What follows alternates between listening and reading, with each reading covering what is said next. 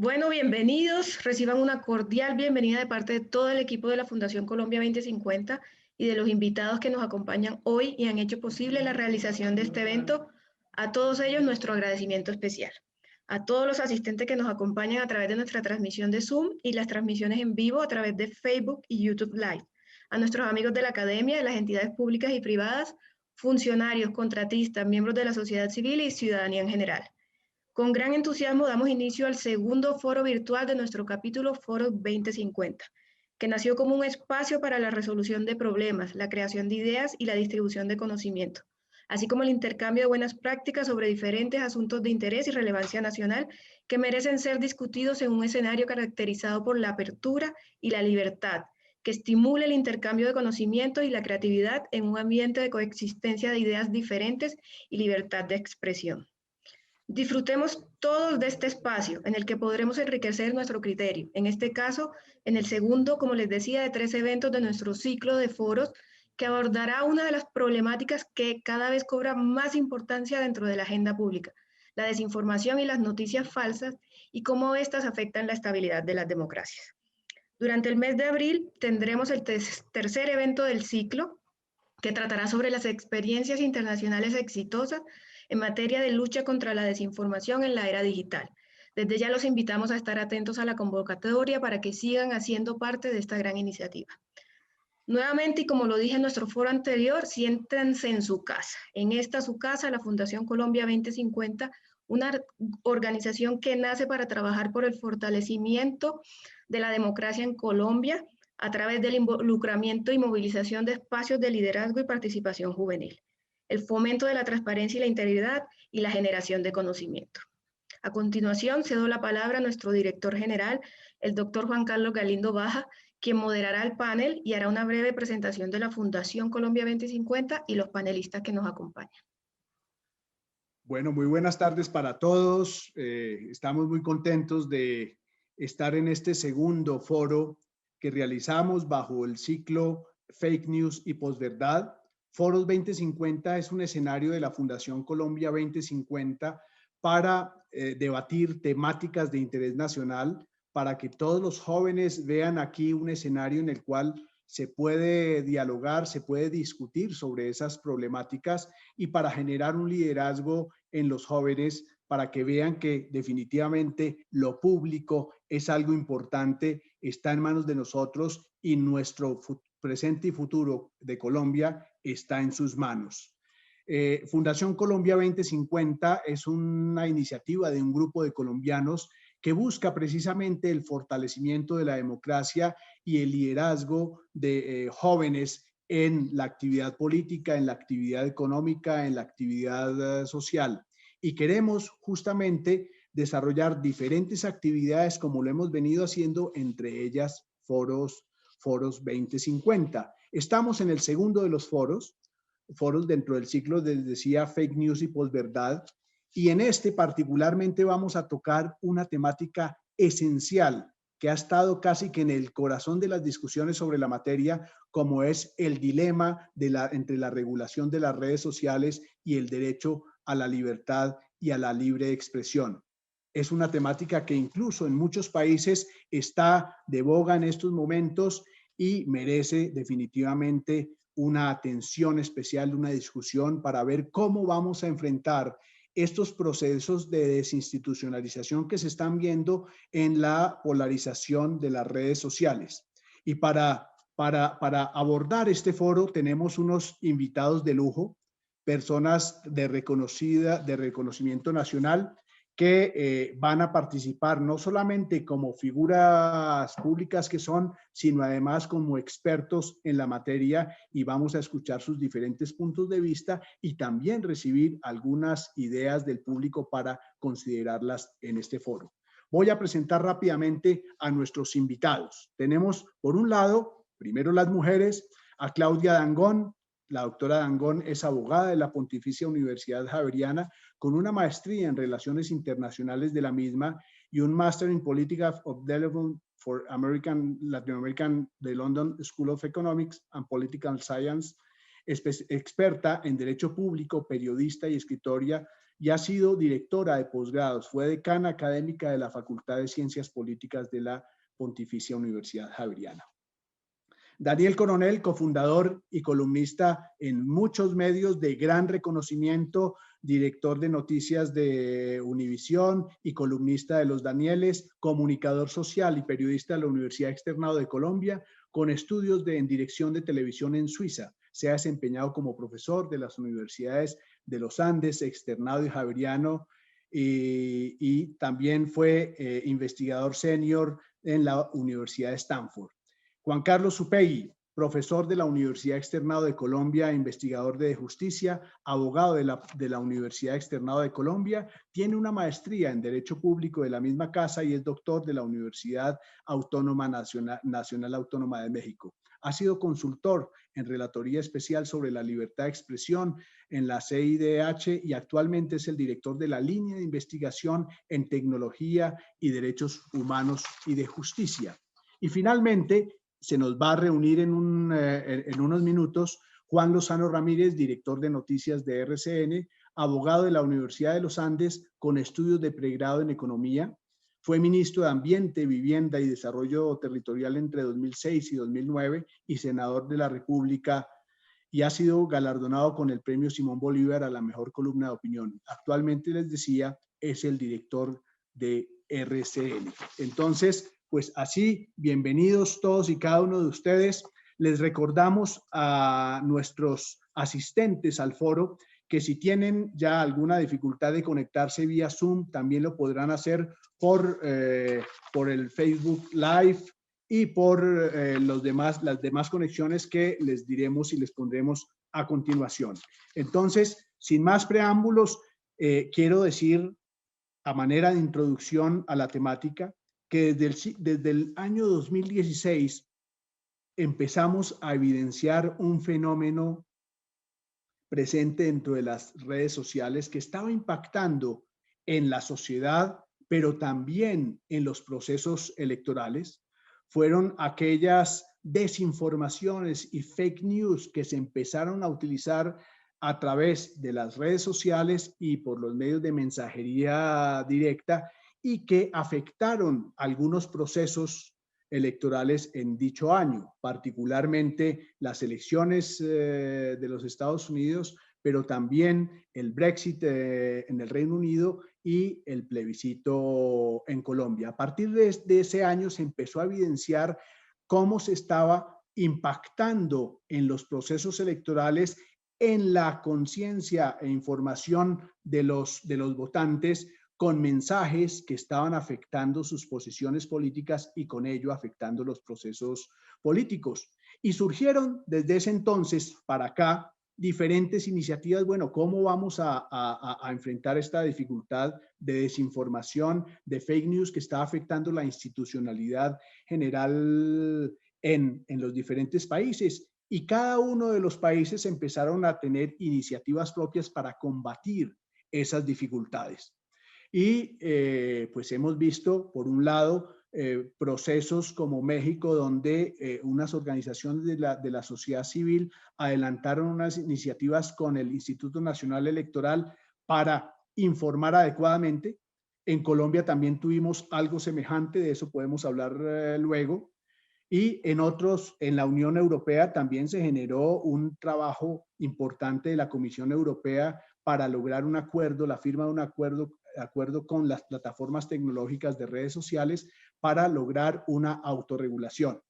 Y adicionalmente, pues también se está hablando desde hace unos meses de la posibilidad de regular directamente, que los estados regulen las redes sociales, pero también han salido opositores a decir que eso podría significar alguna temática de censura que afectaría el derecho a la libre expresión y el derecho a la información. Incluso hace unos pocos días, México, el presidente López Obrador empezó a manifestar que estaban en la idea y en la tónica de regular las redes sociales como consecuencia de alguna temática, de alguna restricción que le generaron las redes con ocasión de unas intervenciones particulares de cara al proceso electoral que van a tener en junio próximo.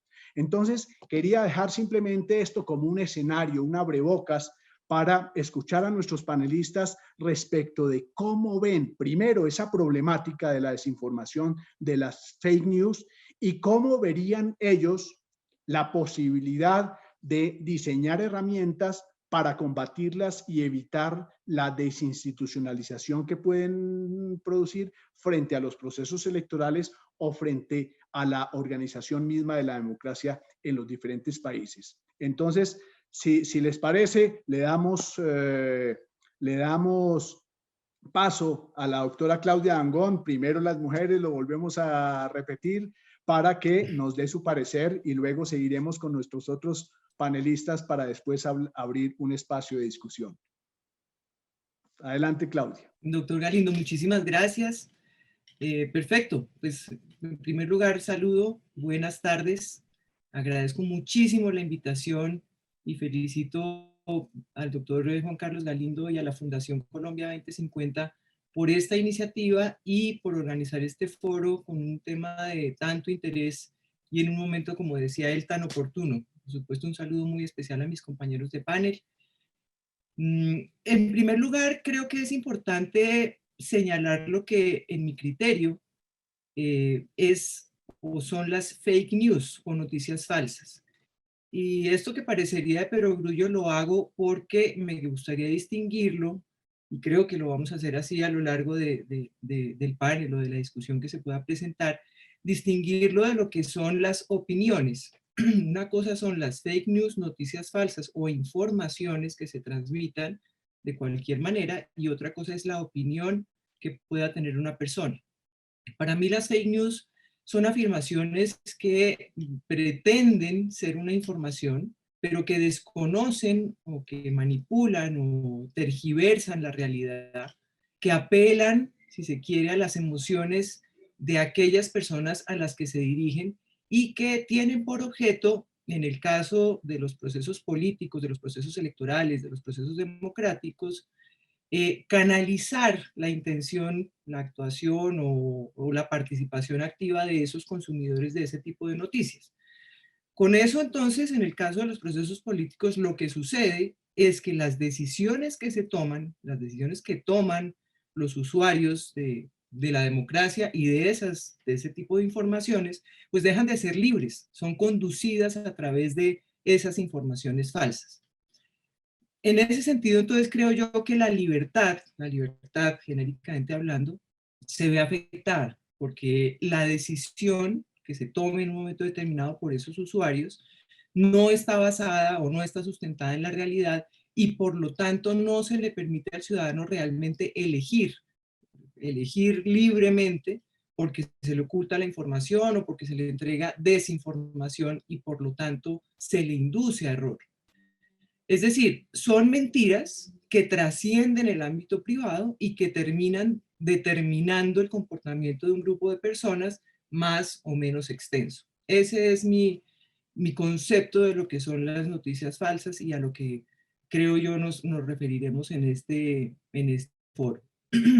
El fin de esas noticias pues es perverso. Muchas veces trae como efecto la destrucción de la reputación o de la honra o del buen nombre o del prestigio de una persona, bien sea natural o jurídica, incluso de una institución y más aún de un sistema político, de un sistema económico, etc. En este caso, que nos ocupa hoy, creo yo que el terreno donde debemos ubicarnos es el terreno de la libertad de expresión. No podemos decir que la libertad de expresión se vulnera en cuanto a lo que se transmite es una información de esta naturaleza, una información falsa, por cuanto quien la está transmitiendo no la está presentando como una opinión, sino como una noticia, como una información, solo que la maquilla como un hecho, como un hecho que resulta ser falso. En segundo lugar, yo creo que también es importante señalar que dado que las noticias falsas se han producido siempre, desde la existencia de la humanidad, creo yo, lo que resulta relevante en los tiempos modernos, en los tiempos actuales, es la relación y el impacto de estas fake news, de esas noticias falsas, transmitidas o divulgadas a través de, pues, de las redes sociales, precisamente por el carácter masivo, por la instantaneidad y el tiempo real de esa divulgación. Ahora, decía el doctor Galindo hace un rato, y parte, digamos, de las preguntas o de los temas que nos eh, propusieron cuando nos invitaron, está el de cuál debe ser esa respuesta legítima a la desinformación y si la autorregulación de las plataformas debe mantenerse o debe intervenir la institucionalidad o los estados. ¿Qué se debe hacer? A mí me parece que en este punto es importante decir lo siguiente. Ha habido varios estudios desde hace algunos años sobre estos temas. Uno de ellos, por mencionar alguno, es el del Instituto de Internet de la Universidad de Oxford, en Inglaterra, donde se señaló que las redes sociales propusieron autorregularse para resolver esa manipulación de sus plataformas por parte de malos actores, así los llama el estudio, pero los ajustes de los algoritmos realizados por las plataformas no mejoraron la calidad del ecosistema de la información. Al contrario, lo que hicieron fue ayudar a incrementar los negocios de las plataformas, y aquí también es importante señalar, pensando en la autorregulación, que las plataformas obedecen a un tema de mercado, son un negocio finalmente.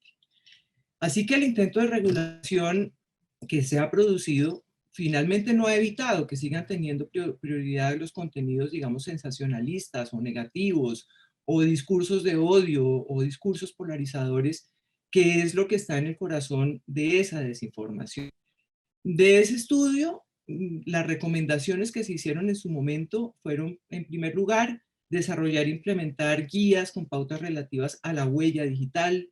En segundo lugar, la posibilidad de aplicar sanciones, lo cual implica, por ejemplo, la creación de una base de datos con, en el caso de los procesos electorales, con las cuentas de los candidatos oficiales, de tal manera que se puedan verificar. Aquí el tema de verificación también seguramente lo trataremos más adelante, es muy importante, verificación de los hechos, de las noticias, de la información que se transmita, de tal manera que se permita que las iniciativas de las plataformas contrarresten esa desinformación y proporcionen una mejor supervisión a las cuentas y a los contenidos durante los ciclos electorales.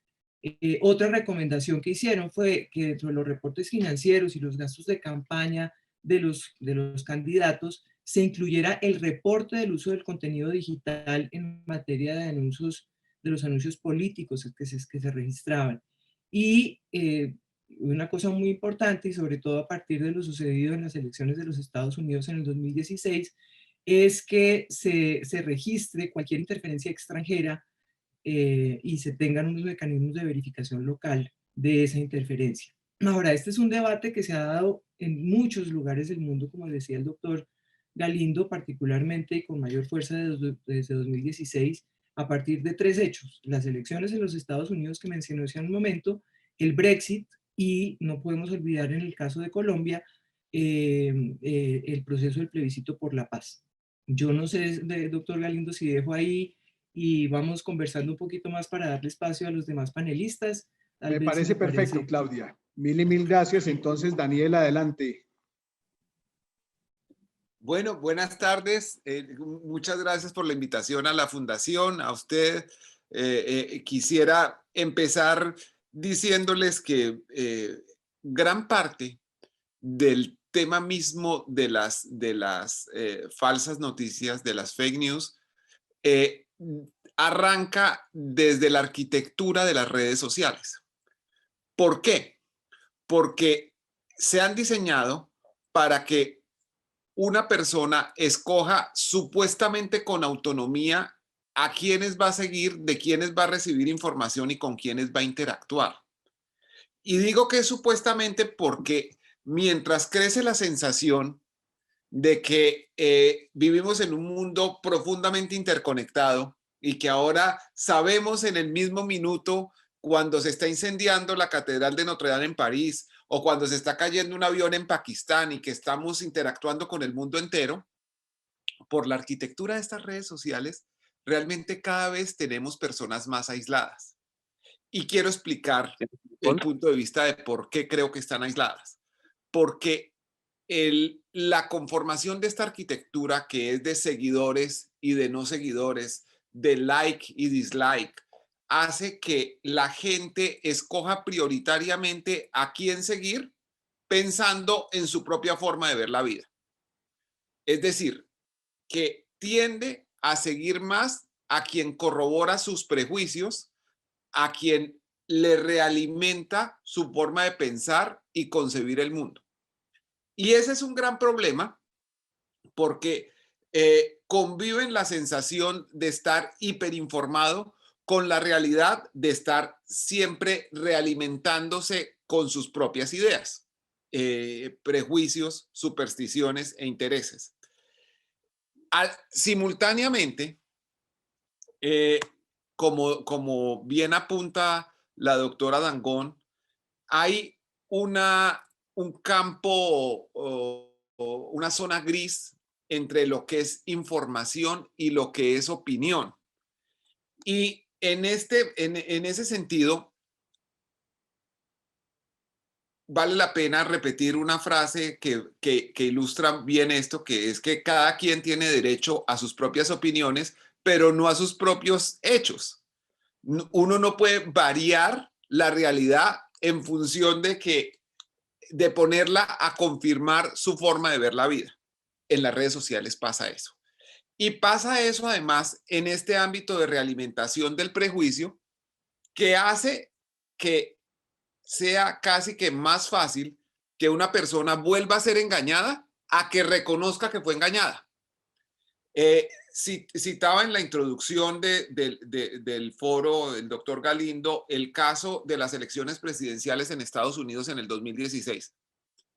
Y vamos a hablar de eso para no hablar del tema de Colombia, del que seguramente terminaremos llegando también, pero esto que se conoció como el Pizza Connection, que fue el preámbulo de la conspiración QAnon y de varios fenómenos que se están moviendo en la política de Estados Unidos y en la política mundial contemporánea, tiene que ver con una fabulación difundida en redes sociales, de acuerdo con la cual varios altos dignatarios del Partido Demócrata de los Estados Unidos, incluyendo una ex primera dama y candidata presidencial, un ex secretario de Estado, hacían parte de una red mundial de pedófilos que comerciaba con niños y que tenía sede en una pizzería en un suburbio de Washington.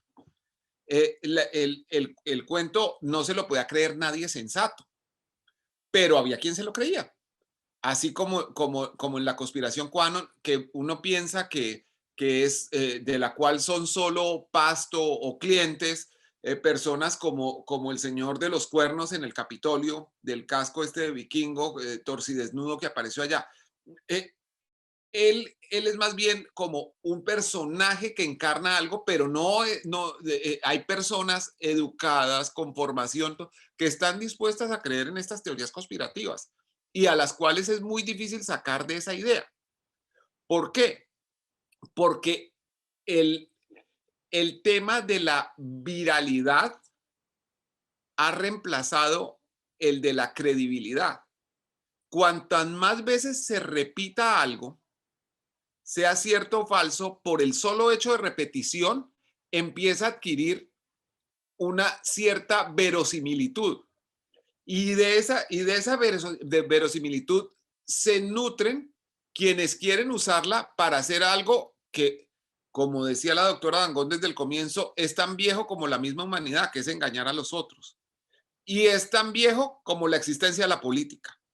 La política, en gran medida, ha sido, digamos, alimentada por el engaño en diferentes épocas de la historia y por engaño en mayor o menor medida.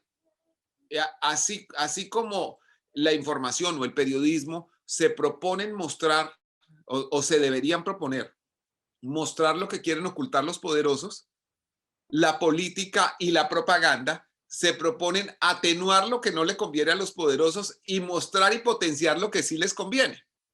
Entonces, en este ámbito de hipercomunicación simultánea con aislamiento, cuando hay posibilidad de alimentar a la gente con mentiras que confirman sus prejuicios, y hay una forma enorme para desarrollar ese tipo de actividades propagandísticas multiplicadas por bots que se vuelven virales en redes sociales y cuya extensión de difusión reemplaza las características de veracidad que debían tener por una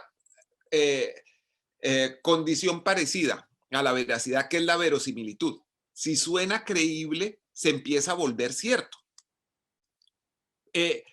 Esto tiene además un componente bastante complejo, porque por un lado es muy importante la existencia de las redes sociales.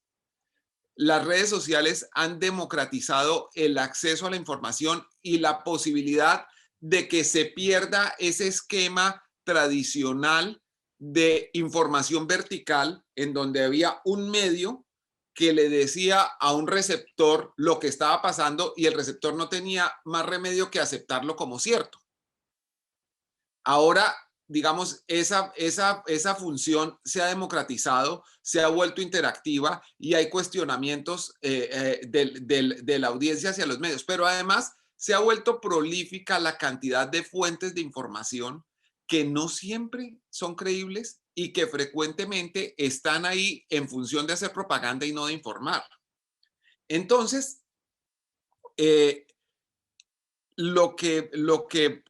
esto ya para hablar del tema de cómo controlar eso. Yo particularmente creo que los estados no deben controlarlo, que esto no debe ser materia de legislación, a no ser que sea un problema que atente contra la vida de las personas. En general, lo que pienso es que debemos avanzar en la alfabetización de la gente. Estamos en un momento de consumo de múltiples fuentes de información sin estar preparados para diferenciar entre lo que es cierto y lo que es falso. Cuando yo era niño, y de eso ya hace un tiempo, uno sabía que si estaba leyendo el periódico El Siglo, era totalmente distinto a si estaba leyendo el periódico Voz Proletaria. Y sabía hacer las sumas y las restas correspondientes. Y sabía que en este medio podría, o sea, que si estoy oyendo la emisora del señor que es el dueño de la cerveza, es posible que no me digan informaciones que no le convengan a él. Y en ese sentido existía una transparencia precaria, pero existía por lo menos una identificación del emisor. Esta es una relación dinámica y de doble vía. Cuando un periodista está escribiendo, digamos, una historia para internet o para un periódico o para la emisora, está haciéndolo desde algo que los teóricos llaman la gramática de producción. Entonces él se está imaginando quién es el lector o el usuario o el televidente que va a seguir su información. Y puede decir, bueno, yo trabajo para esta emisora que la oyen básicamente amas de casa y mi programa sale a las 11 de la mañana en donde probablemente tengo concentración de personas de cierta edad y ciertos gustos y por eso es que aquí anuncia Chocolate Sol y no anuncian los relojes Cartier, ¿cierto? De la misma manera, quien está leyendo tiene un proceso sincrónico con esa gramática de producción que es la gramática del reconocimiento y sabe, esto me lo están diciendo desde el canal de televisión de el dueño de los textiles en Colombia o de la banca, por poner algún ejemplo. Y entonces yo creo que ahí no voy a encontrar mucha información sobre atropellos de la banca. Hace las sumas y hace las restas, y entonces existe cierto nivel de transparencia de acceso en esa gramática de reconocimiento que permite que el ciudadano haga las sumas y las restas. Ante este ruido múltiple y plural de las redes sociales, nadie sabe quién está hablando. En los primeros semestres de comunicación nos enseñaban algo que era la identificación de quien estaba hablando a través de una frase que se llama el paradigma de Laswell. ¿Quién dice qué y con qué intención? Entonces, eso era el principio base de la gramática del reconocimiento. Eso ahora se perdió.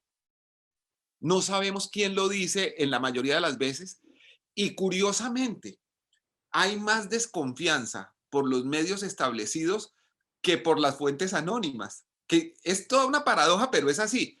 Es decir, si yo soy el The New York Times, yo tengo que decir, entraron al Capitolio, eran tantas personas, salieron de la manifestación del entonces presidente Trump, se desplazaron de esta manera, hay ex policías y hay ex militares, varios son veteranos de esto y vienen de varios lugares del país. Mi fuente para esto es el Departamento de Seguridad Nacional, la CIA, el FBI o fuentes del New York Times, y lo tengo que poner bajo mi firma. Pero si yo soy, no sé, Aristóteles de Alejandría en un Twitter y digo que acaba de aterrizar una nave espacial en la Plaza de Bolívar y se bajaron 3 hombrecitos verdes que vienen a hacerle campaña a Petro, es más creíble y no lo tengo que probar. Entonces, todo eso está creando una tensión bastante curiosa, que es un desafío a la credibilidad y digamos un colapso en las relaciones entre información y ciudadanos.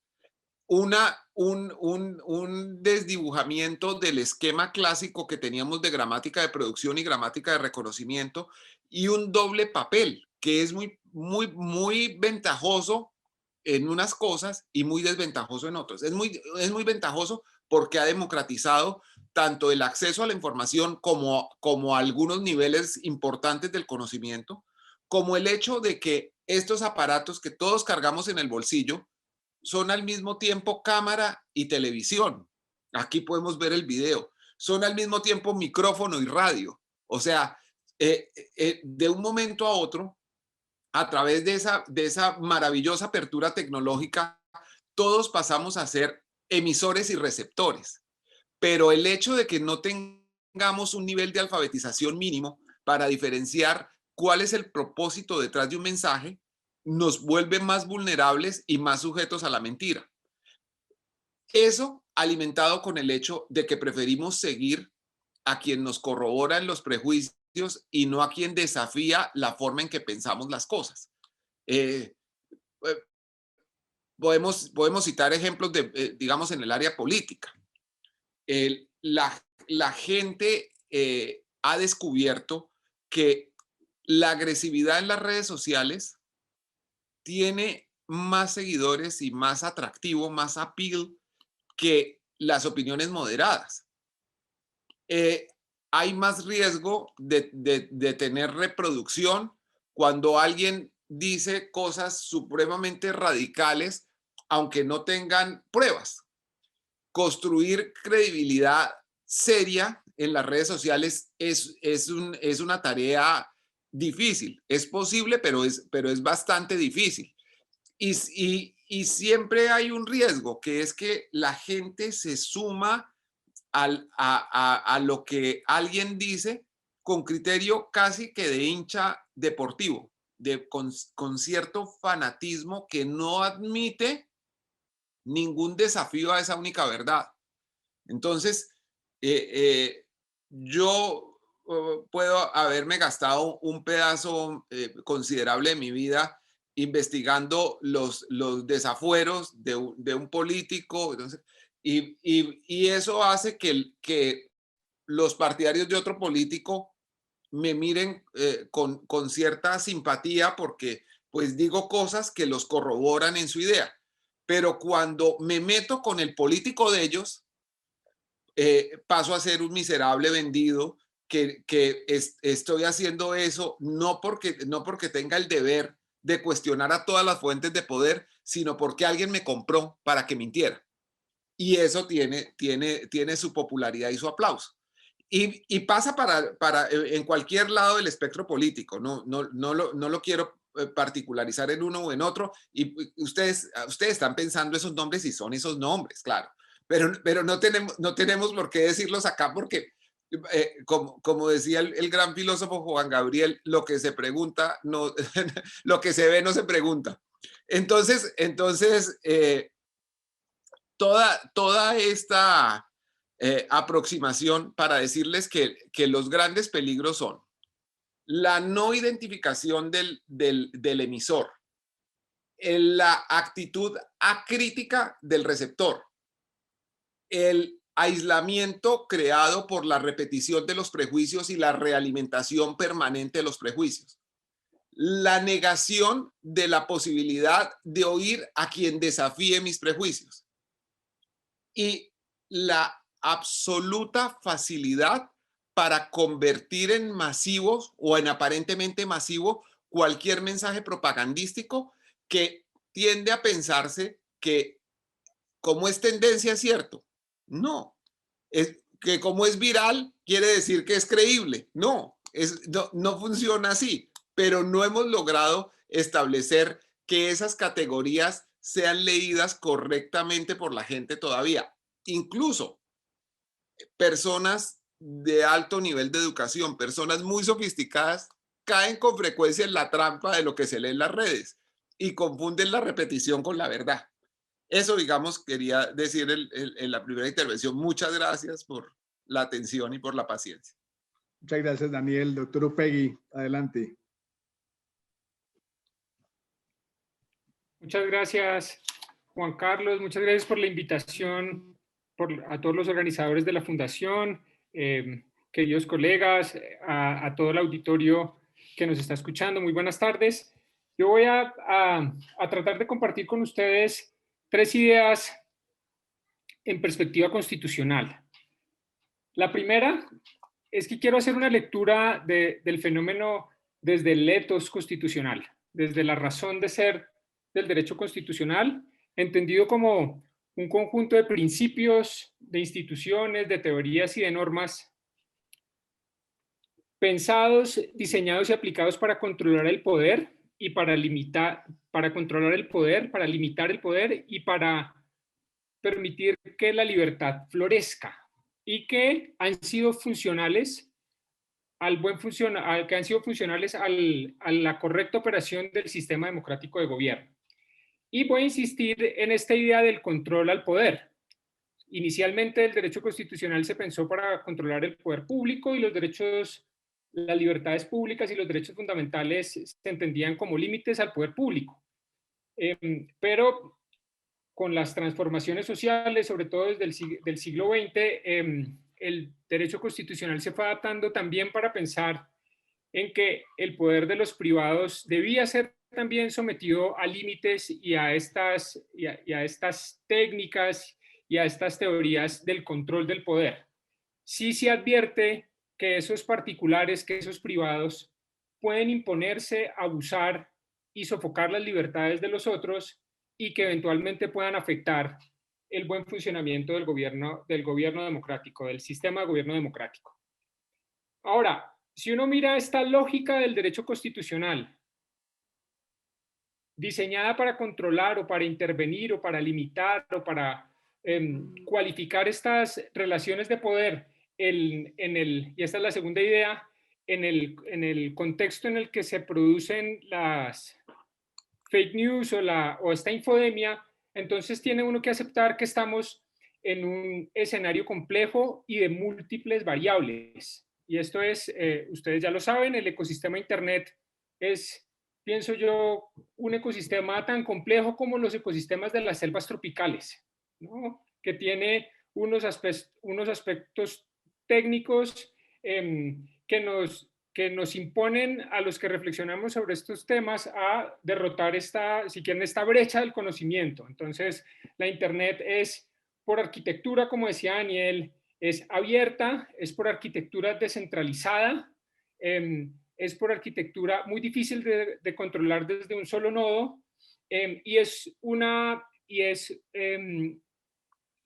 un conjunto de técnicas y de prácticas en una transformación constante, por lo cual las reflexiones, si quieren, desde el punto de vista de la necesidad de regular estos temas, aprobando reglas muy estrictas, está casi que condenado al fracaso. Además, este es un ecosistema de múltiples actores. Entonces, no estamos como en la lectura clásica de la oposición Estado-individuo, sino que aquí tenemos, por la dinámica transnacional del ecosistema, entonces tenemos múltiples actores nacionales y transnacionales, tenemos múltiples actores dentro de los poderes públicos o los estados, tenemos ciudadanos del común, pero también tenemos empresas locales y transnacionales, pero también tenemos proveedores de servicios de Internet, pero también tenemos intermediarios y tenemos también redes sociales. Y ahorita estamos en el furor del debate sobre qué hacer con las redes sociales y las hipótesis de infodemia. Una cosa parecida sentí yo que estábamos experimentando hace unos 4 o 5 años con el problema de los buscadores, ¿no? De qué hacer con el superpoder de los buscadores y de la posibilidad de los buscadores de recuperar información y de crear perfiles individuales de los ciudadanos o de los habitantes de cualquier país. Muy bien, y en relación con el fenómeno de las redes sociales, yo coincido también con Daniel en que esto ha sido, no sé, yo creo que digno de celebrar como una situación benéfica en general como para las sociedades contemporáneas, en la medida en que ha permitido cumplir esa promesa de la Declaración Universal de los Derechos Humanos de hacer por fin accesible a todos la posibilidad de expresarse libremente y acceder a la información sin mayores limitaciones ni embarazos. Sin embargo, esta transformación de los procesos de comunicación ha sido no solamente cuantitativa, sino también cualitativa. Y ha supuesto, yo diría que 3 riesgos nuevos sobre los que es necesario detenerse. El primer riesgo, coincido también con Daniel, y es el riesgo de la viralización. Y este riesgo supone no solamente rapidez, sino también la imposibilidad de control por la arquitectura de la red y por la posibilidad de acceder a la información de modos secundarios. Por eso, pensar una regulación en un escenario de Internet tiene que consultar este tipo de cosas. El segundo riesgo es el riesgo de la tribalización. Y aquí en las redes sociales, con esta doble naturaleza de la que nos hablaba Claudia, por un lado, ser plataformas por donde la gente se comunica y accede a la información y se expresa, pero por el otro lado ser una máquina de hacer dólares y de reportarle a sus accionistas. Entonces ha jugado el juego de cómo, sin acabar el negocio, hacer la mayor cantidad posible de dinero, y ha encontrado en las prácticas de tribalización aprovecharse del espíritu gregario, del espíritu nómada, del espíritu de manada de los seres humanos, un nicho fértil para acrecentar sus ganancias, y entonces ha jugado y potenciado este fenómeno de la tribalización o de la creación de burbujas informativas.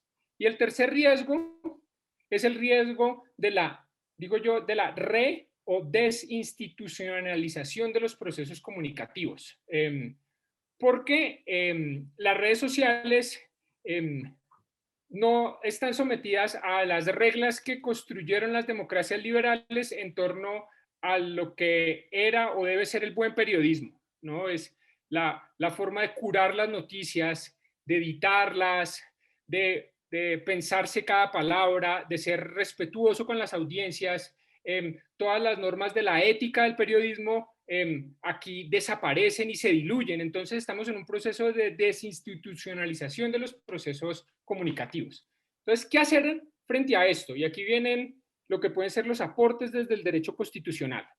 Entonces, el primero, coincido también con Claudia y con Daniel, el derecho constitucional ha distinguido la libertad de información y de la libertad de expresión. A veces la frontera entre uno y otro no es clara, incluso la jurisprudencia de la Corte Constitucional ha deshecho las fronteras con una tesis muy criticable de también controlar la libertad de expresión y de opinión a partir de controlar los hechos en los que se fundamentan las opiniones. Sin embargo, uno podría decir, mire, uno puede separar libertad de información y libertad de expresión o de opinión, y esto es importante para entender los límites que tiene que tienen estas dos libertades. En el caso de la libertad de información, los límites han sido claros y son veracidad e imparcialidad. Entonces, si advierte que la información no es imparcial y no es veraz, entonces se puede controlar ese ejercicio como un ejercicio no permitido de la libertad de información. Y así lo hace con frecuencia la jurisdicción constitucional en Colombia. En cambio, en el caso de las opiniones, esto no es posible. Entonces, las opiniones pueden ser muy inteligentes o muy lúcidas, o muy necias y nefastas. Pueden generar la empatía o la simpatía, pero no pueden ser controladas bajo estándares de verdad. Tercera idea del constitucionalismo, que ha sido defendida también por nuestra Corte Constitucional. El principio de neutralidad de la red y de la irresponsabilidad de los intermediarios de Internet.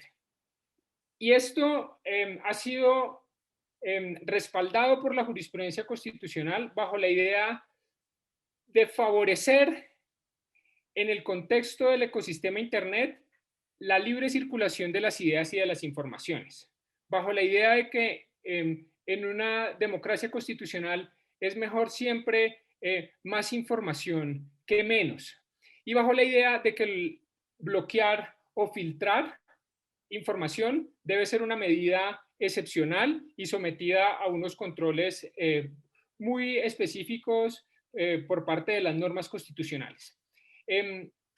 Y aquí viene el otro cuarto punto, y es, como no es posible, y en esto yo coincido también con Daniel, como no es posible o no, más bien no es aconsejable que el Estado entre a regular este tema con un nivel específico de minuciosidad. La mejor salida para esto ha sido, y yo creo que debe seguir siendo, la autorregulación. Autorregulación por encima de la heterorregulación. Ahora, esto por una cuestión también típica de lo que sucede en el complejo escenario de la Internet y de las redes sociales, y sobre todo por la masividad.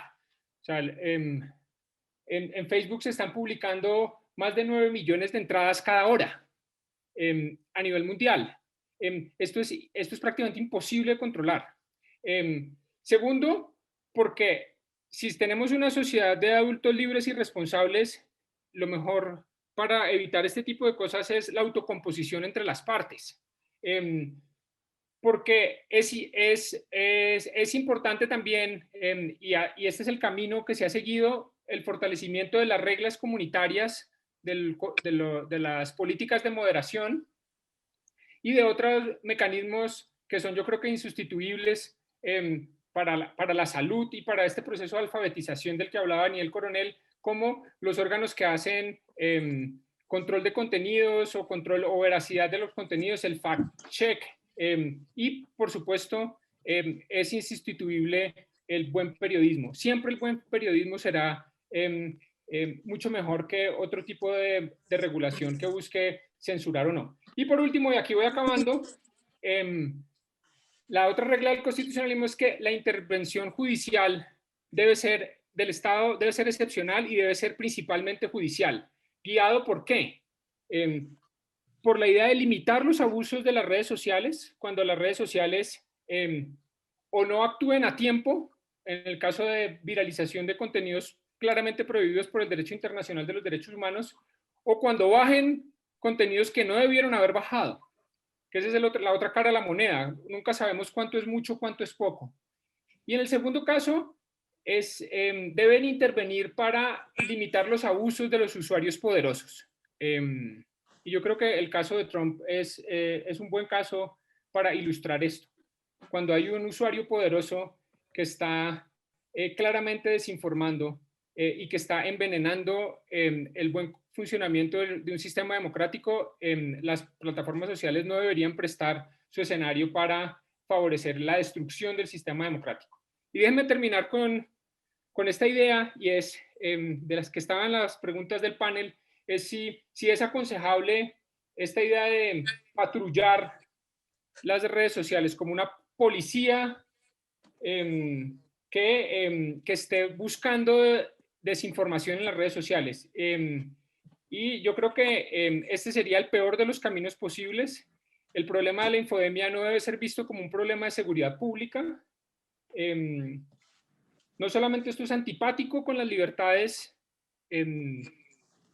constitucionales, sino que nos acerca mucho a estas distopías totalitarias de las que nos previno George Orwell cuando nos habló en 1984 de la policía del pensamiento. Y con esto dejo por aquí. Muchas gracias.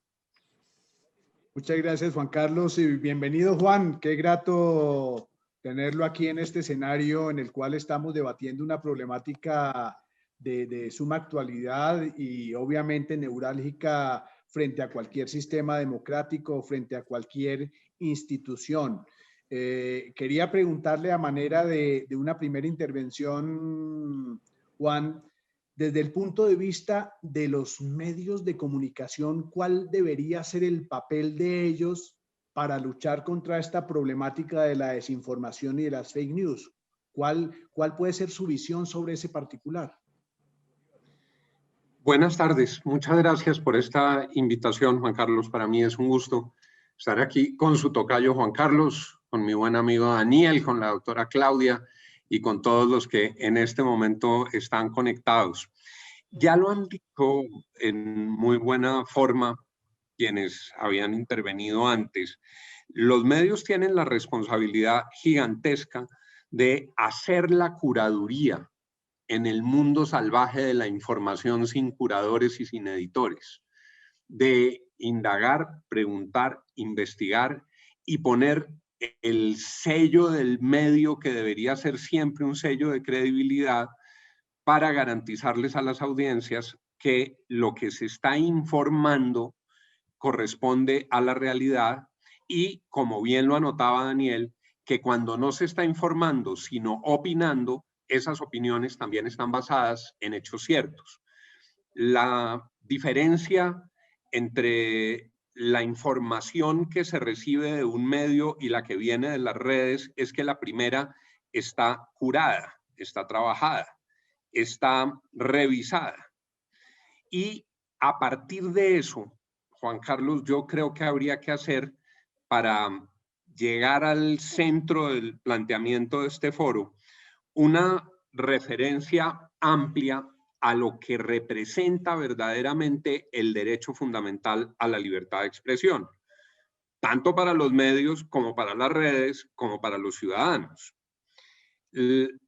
Llegar al reconocimiento de que la libertad de expresión es un derecho fundamental implicó muchos colegas quemados, perseguidos, asesinados, arruinados, perseguidos a lo largo de los siglos, hasta que se llegó a un consenso universal en función de reconocer que esa condición tan esencialmente humana que tenemos todos de poder expresar nuestra opinión y poder comunicarnos con los demás hace parte de nuestro catálogo esencial de derechos. Y entonces se llega a esa conclusión irrebatible, irrefutable, que hoy nadie usaría discutir. La libertad de expresión es un derecho fundamental. Pero nos tomó un poco más de tiempo entender que es un derecho fundamental, mas no un derecho absoluto. Quiere decir que tengo ese derecho fundamental en tanto ser humano que soy, nadie me lo puede negar, ninguna autoridad me lo puede cercenar, pero el ejercicio de mi libertad de expresión tiene que reconocer unos límites. Y esos límites, en un principio, se fueron construyendo doctrinariamente, especulativamente, pero finalmente incluso las cartas de derechos los reconocen de manera explícita. El Pacto de San José de Costa Rica dice que hay unos límites que son legítimos en el ejercicio de la libertad de expresión. Y esos límites están referidos en dos grandes planos. El plano humano, el derecho a la libertad de expresión no me faculta para invadir la órbita de intimidad de los demás. Ese es un derecho que tenemos todos, nuestra intimidad. Entonces, mi derecho como periodista a ejercer la libertad de expresión no me permite que yo vulnere la intimidad de los demás, ni el buen nombre. Son límites legítimos. Si yo ejerzo mi libertad de expresión y vulnero la intimidad de otro, lo que estoy haciendo es un ejercicio abusivo que debe derivar en una serie de efectos frente a mi abuso del derecho. Y hay otros derechos que están también en el Pacto de San José de Costa Rica, que son derechos que tienen que ver con el bien de la comunidad. Y expresamente se mencionan dos, la salud pública y la defensa nacional. Entonces, el viejo tema que muchos periodistas en Colombia vivimos cuando un comandante de la Armada invitó a los periodistas de los medios a ver las últimas fragatas y no se dio cuenta que estaban las últimas tecnologías para detectar lo que podía estar pasando en el Golfo de Venezuela, que luego llevó a que llamaran a decir que por favor eso no se publicara, y que luego derivó en un debate si había censura o no. Había un tema de seguridad nacional donde estaba en juego el interés de todos. Difícil establecerlo, eso es otra discusión. Pero el punto que quiero hacer es el siguiente, para los medios y para las redes. El derecho fundamental a la libertad de expresión debe reconocer unos límites. El error ha consistido en creer que los límites aplican solo para los medios y no para las redes. Cuando yo ejerzo mi derecho a la libertad de expresión escribiendo mi columna del Tiempo, si yo injurio o calumnio a alguien, me pueden meter a la cárcel. Y la gente cree que si lo hace en Twitter o si lo hace en una red social no le pasa lo mismo. Claro que le pasa lo mismo, porque el delito de injuria y calumnia no se tipifica por el hecho de estar en los medios. Se tipifica porque alguien abusó de su libertad de expresión y dañó a otros. Entonces me parece que todo este tema de las mentiras, de las fake news, de las noticias falsas, de las calumnias, de las injurias, de las honras destruidas en Twitter, tiene que ver con la debilidad en la reacción frente a los abusos. Pero el principio es el mismo. Lo que pasa es que en un medio, si uno se equivoca y no existen los controles, o votan al director o votan al periodista o le toca pagar al medio una indemnización, y en las redes se ha creído que eso queda relativamente impune. Pero la fórmula es la misma, establecerse una violación y ver si esa violación entraña una sanción penal o una sanción civil, una indemnización de perjuicios. ¿Por qué menciono esto? Porque a mí me parece equivocada la nostalgia de medios tradicionales tratando de satanizar a las redes sociales. Eso es una equivocación y además es una injusticia histórica. A este país le mintieron mucho los periódicos partidistas en el siglo pasado. Los periódicos liberales mintieron en favor de los liberales y los conservadores mintieron en favor de los conservadores cuando la gente tenía pocas posibilidades de defenderse. Y esas eran unas mentiras mucho más graves porque no tenían interlocutores y no se podían chequear. Y la ciudadanía no estaba empoderada. Entonces, que no nos vengan a decir ahora que el peligro de las redes es que digan mentiras, cuando la prensa partidista, digamos, alimentó el debate político, pero alimentó las mentiras. No es sino confrontar, por ejemplo, las fotos de las campañas políticas. Las fotos de los liberales en la prensa conservador la tomaban desde el fondo de la plaza hacia la iglesia y siempre la plaza salía desocupada. Y los conservadores la tomaban desde el púlpito de la iglesia hacia el fondo de la plaza y salía una multitud vibrante. Las declaraciones de los dirigentes políticos eran todas acomodadas. Entonces, digamos, esa idea de que la prensa decía la verdad y las redes dicen mentiras es equivocada. Dicen mentiras en la prensa y dicen mentiras en las redes. Deberían siempre decir verdad en unas y otras. ¿Cómo se debe resolver? En favor de la libertad de expresión.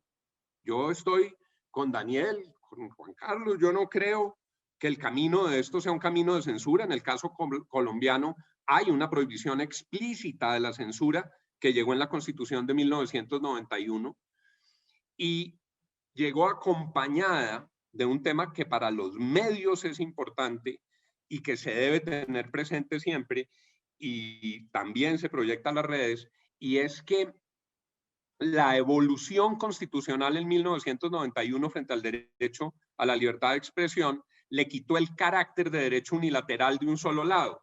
Ese derecho, claro que los periodistas con mucho sacrificio se lo ganaron, y era un derecho de un solo lado. Es el derecho del periodista a informar, eso es libertad de expresión. Ojo, lo que dice la Constitución del 91 es que existe el derecho correlativo de la sociedad a estar bien informada. Eso ya no es solamente que en esta idea de seres iluminados que son los periodistas, nosotros decimos algo que es verdad, sino que tenemos la obligación de velar porque la sociedad esté bien informada. Es nuestra obligación ética que podamos cometer un error, que podamos tener un error de juicio. Siempre que se proceda de buena fe, uno lo podría discutir, pero el tema de fondo es que la obligación es que la sociedad esté bien informada. El ejercicio de la libertad de expresión implica buscar que el colectivo esté bien informado. Para ir redondeando, lo que yo creo es que es muy importante, además de los ejercicios de autorregulación, que se adelanten unos casos emblemáticos en todas y cada una de las toldas políticas y en todo el ejercicio del espectro político, para que quede claro que una injuria, una calumnia, una mentira con efectos en la salud pública, por ejemplo, tienen un efecto jurídico. Y ese efecto jurídico implica una responsabilidad penal o una responsabilidad civil. Pero yo me iría por el control de las responsabilidades ulteriores cuando hay abuso y no por una fórmula previa de censura.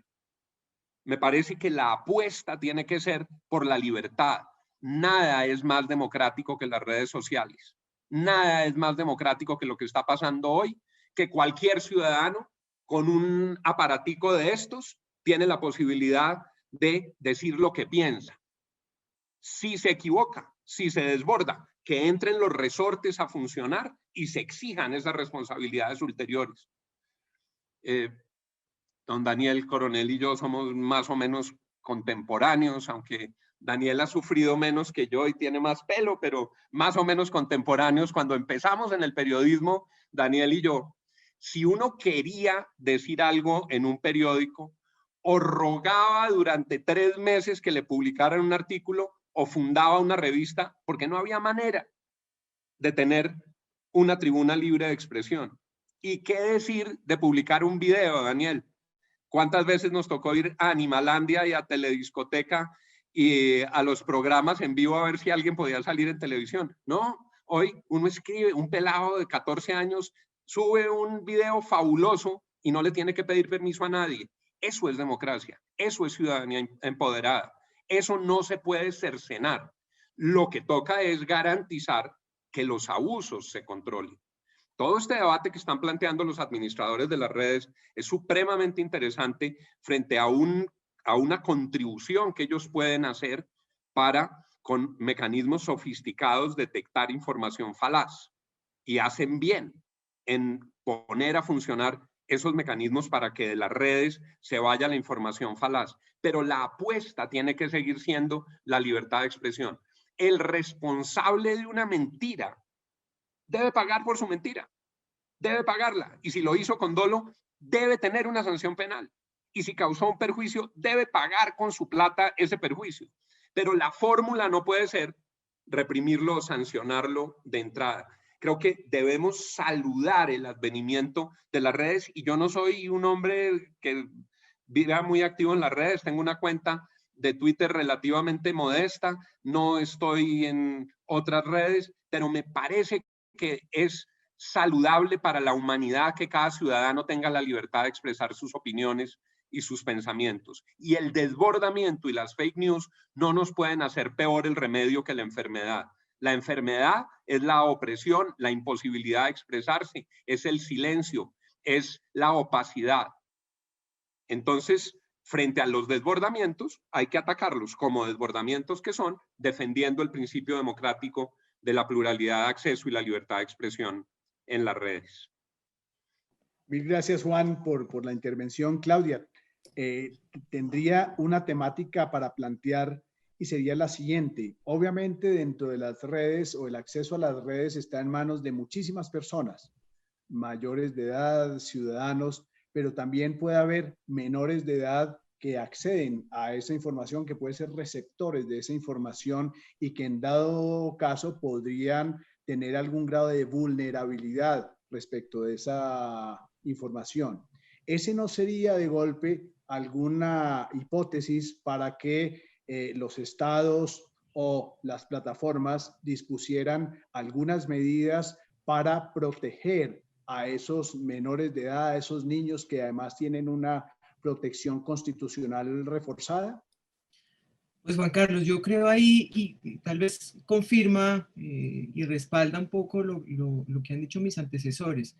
Las redes sociales tienen sus propias autorregulaciones. De hecho, si uno se suscribe a Facebook o a Instagram o incluso Twitter, creo, tienen más o menos las mismas limitaciones para aquel que se una a ellas, y es decir, no se puede transmitir información que tenga que ver con explotación sexual o noticias falsas, no se puede publicar temas de delincuencia, hacerle propaganda a organizaciones terroristas, etcétera, etcétera.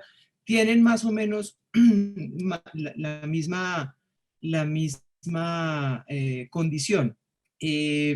Los usuarios no, incluso pueden reportar contenidos inapropiados. Pero lo que decía Juan al final tiene razón y aplica para este caso también incluso de los menores. No se puede poner la limitación antes de encontrar la noticia falsa o que vulnere derechos de otros, sino que hay que encontrar esa noticia, ese contenido para reportarlo y tomar las medidas que sean del caso. Ahora, que el Estado deba intervenir y deba regular, yo creo que los planteamientos que se han hecho no solamente en Colombia y en otros países a través de sus jueces constitucionales, como decía Juan Carlos hace un rato, sino también a través de declaraciones de organismos multilaterales como las Naciones Unidas, planteamientos de la Comisión Interamericana de Derechos Humanos, de la Corte Interamericana de Derechos Humanos, han dejado claro que la libertad de expresión es la regla, es lo que debe primar. Y por tanto una regulación del Estado lo que permitiría eventualmente sería una censura. Entonces, ni aún pensando en los derechos de los niños y en los derechos de las menores, creo que se justificaría, dadas los pronunciamientos de todos estos organismos nacionales e internacionales, creo que ni así se justificaría una intromisión regulatoria de parte de los estados. Daniel, yo creo que muchos de nuestros oyentes querrán conocer pues cómo vivió usted el proceso electoral de los Estados Unidos y cómo se vio efectivamente esa presencia de las redes en las campañas electorales de ambos partidos. ¿Cómo vio esa situación, ese proceso, cómo lo vivió y cómo lo percibe? No, pues aquí particularmente en Miami, que es donde estoy viviendo, fue casi que un laboratorio para comprensión del uso de propaganda negra en redes sociales para desacreditar el contendor. En este caso, el candidato demócrata Biden, que fue identificado además con cooperación desde Colombia y con operadores colombianos, como el portaestandarte del castrochavismo para Estados Unidos. Es decir, en una ficción alimentada por políticos latinoamericanos y por políticos locales del sur de la Florida, se buscó descalificar a quien se opusiera a Trump, identificándolo como casi que como un títere de Nicolás Maduro y del Raúl Castro. Esto, desde luego, no tenía ningún asidero a la realidad, pero como suele pasar con estas propagandas que alcanzan la viralidad, no importa que se prueben o no se prueben, lo que es importante es que se repitan. En el condado de Miami-Dade hubo 200,000 votos más por Trump que hace 4 años, gracias a esa propaganda. Un expresidente colombiano participó en una campaña política de una aspirante a la Cámara que resultó elegida, más o menos mostrando la necesidad de contener el castrochavismo. Entonces, todas estas cosas muestran que es un fenómeno universal, que no tiene fronteras, que la efectividad de esas campañas de desinformación no están ligadas de alguna manera a la realidad que se palpa, sino a la realidad que se crea en las redes sociales y que por repetición se convierte en cierta. De la misma manera, como les estoy citando el ejemplo de Miami, el presidente en ese momento de los Estados Unidos, Donald Trump, logró una votación gigantesca, la segunda más grande de la historia después de la del propio Biden, que fue el ganador, pero una votación abismal, mucha de la cual estaba empujada por la desinformación. La gente adora, o mucha gente adora, las respuestas fáciles. No les gusta los niveles de complejidad. Cuando alguien es capaz de encontrar una fórmula que explique todo. La culebra está viva. Esto lo que pasa es que se llevaron las empresas para China. El dinero lo sacaron de acá y los trabajos que quedaban se los dieron a los mexicanos. Los mexicanos somos nosotros, los hispanos. Mexicano es una forma universal de decir latino. Y por eso el enemigo está afuera, es China. Son estos tipos que lucen distinto a nosotros, que no hablan con fluidez nuestro idioma, que cuando lo hablan, muchos de ellos tienen acento, que los hace raros y todo. Y entonces esa identificación del enemigo es lo mismo que ha sucedido a lo largo de la historia, pero potenciado por la capacidad de multiplicación que tienen las redes sociales. Es lo mismo que pasaba en los pogroms, cuando decían, no, lo que pasa es que los judíos envenenan el agua, es que los judíos hacen sacrificios rituales de niños y el niño que se perdió se lo robaron los judíos para un sacrificio. Y la gente estaba dispuesta a creer en eso porque era identificar el mal con algo que venía de afuera, con el diferente, con el que no se parece a mí. Eso mismo se usa en las campañas políticas aquí y allá. En Colombia, diciendo que la pensión se le iban a quitar a los viejitos para darle 1 millón de hectáreas a la guerrilla, que había que sacar a la gente a votar, como lo decía el gerente de la campaña del no emberracada. Cosas que muestran que la intención que hay detrás del uso de esa propaganda es clara y es efectiva. Entonces, yo estoy de acuerdo con Juan que no es que esto haya nacido con las redes sociales, que no es que la mentira sea un invento que tenga 8 o 10 años. Esto es algo que existió desde que la historia existe y que se ha aplicado para la política o para la descalificación del enemigo o para promover la guerra o incluso para promover la paz. O sea, también para promover propósitos nobles se ha usado la mentira. Cuando se antepone lo que algunas personas llaman los propósitos superiores de la patria a la verdad o a la justicia.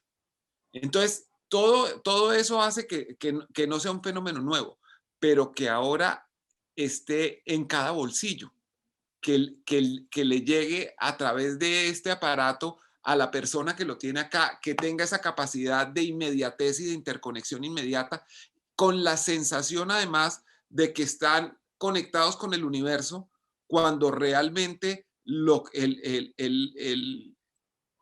el ámbito real de las conexiones de un usuario es el que él escoge, que en general son las personas que piensan parecido a él. Entonces, terminan aislándolo, terminan volviéndolo más un sujeto de prejuicios y de supersticiones incluso. Lo curioso, por ejemplo, es que esto pasa en la derecha, desde luego, y también pasa en la izquierda.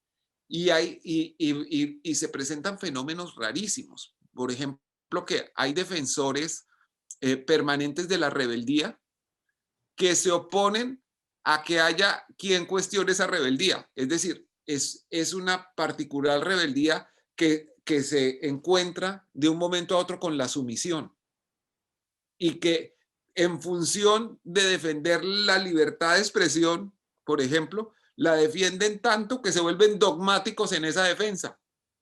Y son extremos que se terminan juntando. En Francia, hace relativamente poco, hace 5 años, hubo un gran debate por el uso de los símbolos religiosos en establecimientos educativos. ¿Por qué? Porque se supone que la escuela pública debe garantizar, debe ser laica para garantizar que todas las personas, independientemente de su religión o de si no tienen alguna, puedan acudir a recibir educación en las mismas circunstancias.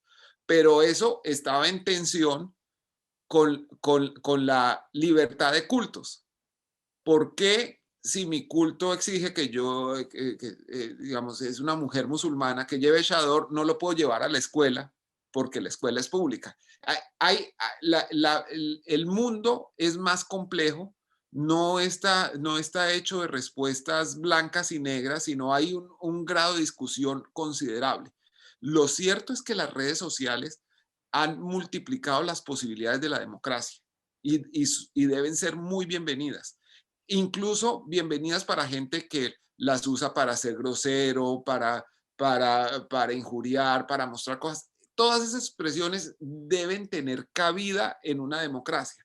Lo más importante es que nosotros desarrollemos la capacidad de lectura crítica por parte del ciudadano, porque ahí es donde está la diferencia. Así como cuando Juan y yo éramos niños, podíamos saber que no se leía lo mismo en El Siglo que en El Espectador. Ahora la gente tiene que empezar a diferenciar quién es el emisor, quién dice qué y con qué intención. Oh, perfecto, Daniel. Mil gracias, Juan Carlos. Obviamente lo que se ve en redes, bueno, en diferentes medios también es a veces una desinformación ingenua, una desinformación simplemente que replican información falsa sin caer en cuenta de lo que se está diciendo. Pero en otras ocasiones se ve, y hablaba ya Daniel sobre lo que sucedió en las elecciones de los Estados Unidos y en algunos otros escenarios, en donde se ve ya es una marcada manipulación, una utilización de la desinformación para producir unos determinados resultados, sea en procesos electorales, sea en procesos democráticos de otra naturaleza o con alguna intencionalidad. ¿Cómo contener esas iniciativas de manipulación que muchas veces utilizan el targeting, es decir, el direccionamiento específico a determinados sectores de la población para producir esos efectos y alterar la verdad, alterar la realidad de lo que está sucediendo en un entorno particular? Muchas gracias por la pregunta. Mira, yo creo que ahí hay dos grandes caminos. Y yo creo que aquí ha habido una reflexión muy interesante a partir de ese año 2016 tan extraño para las democracias occidentales. Y yo creo que las redes sociales tomaron nota de eso y empezaron un poco un proceso de reflexión interna, pero también una necesidad de responder a una demanda legítima, y es, hemos sido utilizados para engañar, ¿no? Ahora, ¿cómo respondemos a eso? Y entonces viene tanto Facebook como Twitter, por ejemplo, como las redes sociales, digamos, protagonistas en esa debacle democrática del 2016, empiezan a introducir algunos ajustes sobre todo a su política y a sus algoritmos, en el sentido de informar a los usuarios y prevenir a los usuarios con el fin de poder identificar esto que Daniel llamaba como la gramática del reconocimiento, o poder tratar de darle un poco de contexto a la situación. Y en ese sentido, entonces, estas informaciones que se vuelven virales vienen ahora con unas marcas o con unas banderas informando: esta información no ha sido corroborada, o esta información fue pagada o es producto de o financiada por una campaña política en específico. Entonces, una de esas salidas es tratar de ofrecer la mayor cantidad de transparencia en la forma en que estas informaciones circulan, sobre todo cuando las informaciones son virales, y en eso el diseño y la readecuación de los algoritmos es clave. Esa es una vía. Y la otra vía es, yo coincido también con Daniel, y esto parece como un cliché, pero en últimas es insistir en la alfabetización ciudadana y en volver a hacer como una gran reflexión que creo que es que creo que es a la que convoca la Fundación, y es el problema de la infodemia y de la proliferación de la información falsa. Es que nos está privando de un bien público, que es poder partir de unos hechos comunes para poder decidir mejor nuestra suerte como sociedad. Y si no hacemos un esfuerzo importante por seguir construyendo y por seguir como protegiendo el valor de la información veraz como un bien público, pues entonces estamos amenazando los fundamentos mismos de la democracia, pero yo creo que los fundamentos mismos de la subsistencia de la especie.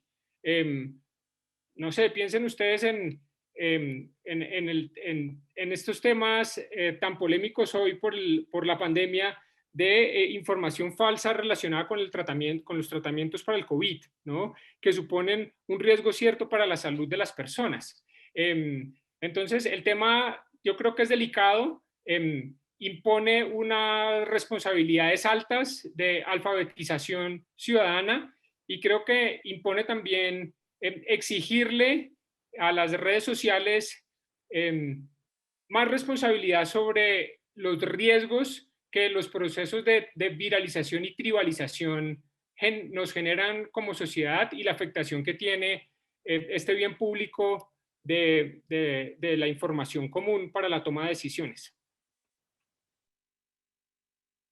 Muchas gracias, Juan Carlos. Bueno, hemos recibido a lo largo del foro algunas preguntas de Ninro Sebastián González, Felipe Rojas, el director de posgrados de comunicación de la Sergio Arboleda, de Cristian Bastidas, Lina Cárdenas. Varias de ellas ya han sido respondidas, pero Juan, acá hay una justamente de Felipe Rojas donde nos dice, bueno, como ustedes como cabezas de medios de comunicación han tenido que lidiar con alguna problemática particular de fake news, de situaciones de desinformación, y qué consecuencias o qué acciones tuvieron que tomar para efectos de neutralizar esa situación.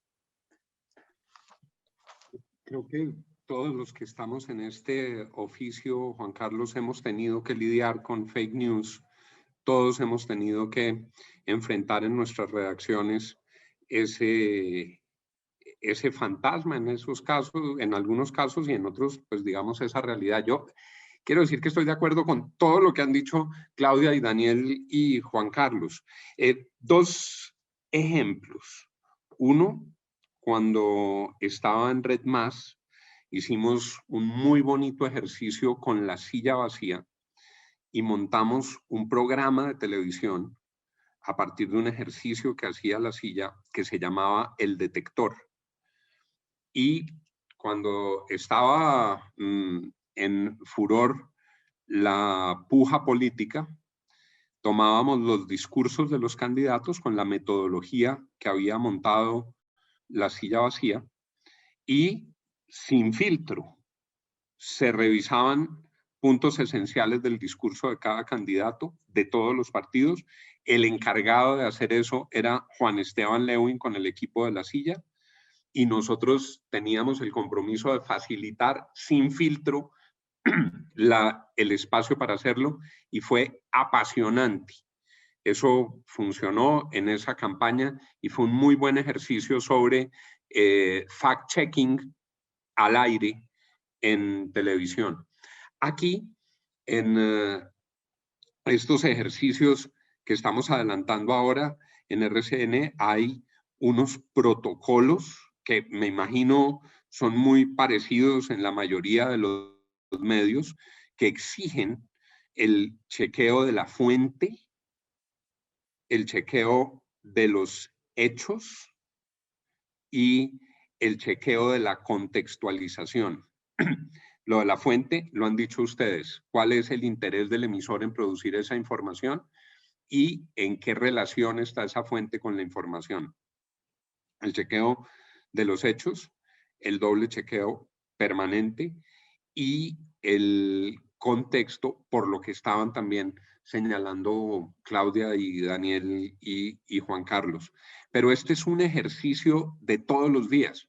Para que no se metan fake news, tiene que haber una disciplina en todas las salas de redacción. Y esa es la diferencia, repito, entre la posibilidad de curar la información en un medio y de tener esa proliferación de mensajes en las redes. Cada noticia tiene que ser curada. Todas las noticias tienen que seguir ese procedimiento de chequeo sobre la veracidad de la información. Cuando las noticias tocan temas absolutamente estratégicos o personajes muy sensibles, pues el ejercicio tiene que ser mucho más contundente y profundo, más que contundente, profundo, para poder entrar en las entretelas de esa historia. Pero con fake news nos encontramos todos los días, y con la posibilidad de desenmascararlas, en esa posibilidad reside en buena medida nuestro oficio. A veces, y creo que también a todos nos ha pasado, las fake news vienen de personas que son abiertamente hostiles frente a lo que hace un determinado medio, y a veces, y eso humanamente resulta doloroso, también hay fake news de personas que se precian de ser amigas de uno o amigas del medio, que creen que la guardia va a estar bajita y que le pueden meter unos goles abusando de cualquier conocimiento previo. De manera que esa tiene que ser una disciplina de todas las horas en los medios de comunicación para que no metan goles y para que lo que salga sea creíble. Antes de darle la última ronda a nuestros panelistas en este foro, yo quisiera simplemente contarles un poco cuál fue la experiencia de la Registraduría Nacional del Estado Civil en elecciones 2018 y 2019, construyendo un sistema para evitar que la desinformación y las fake news afectaran el proceso electoral, que yo creo que fue muy, muy interesante y tuvo una eficacia muy alta. ¿Por qué? Porque lo primero que dijimos fue, debemos elaborar todos los actores que participan en el proceso electoral un sistema de información del proceso electoral. Toda la información que se requiera para la etapa preelectoral, electoral, postelectoral, todas las actividades, todo lo que atañe a cada uno de los actores, vamos a crear un sistema único en la registraduría de información, Adicionalmente, también se creó un equipo, también con La Silla Vacía y la Pontificia Universidad Javeriana, para monitorear con inteligencia artificial las redes y ir recogiendo noticias para filtrar cuáles de ellas eran falsas, hacer un chequeo y colocar aquí en ese mismo sitio una corrección de esas desinformaciones.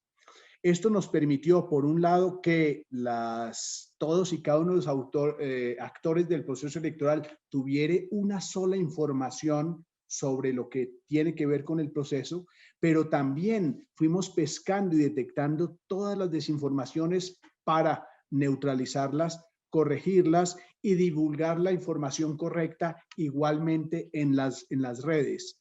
Nosotros teníamos ciertas prevenciones respecto del posible impacto negativo de la desinformación en el proceso electoral, un proceso que pudo haber sido desinstitucionalizador, pero afortunadamente esa estrategia dio muy buenos resultados y entra dentro de lo que hablaba Juan y Daniel, de lo que debe ser, por un lado, la alfabetización de la sociedad, de todos y cada uno de los habitantes, pero también tiene que haber, pienso yo, otro componente fundamental del cual también ya hablaron, y es la actividad robusta del Estado para combatir las conductas inapropiadas o delictivas que estén afectando los derechos de las personas o los derechos de la institucionalidad.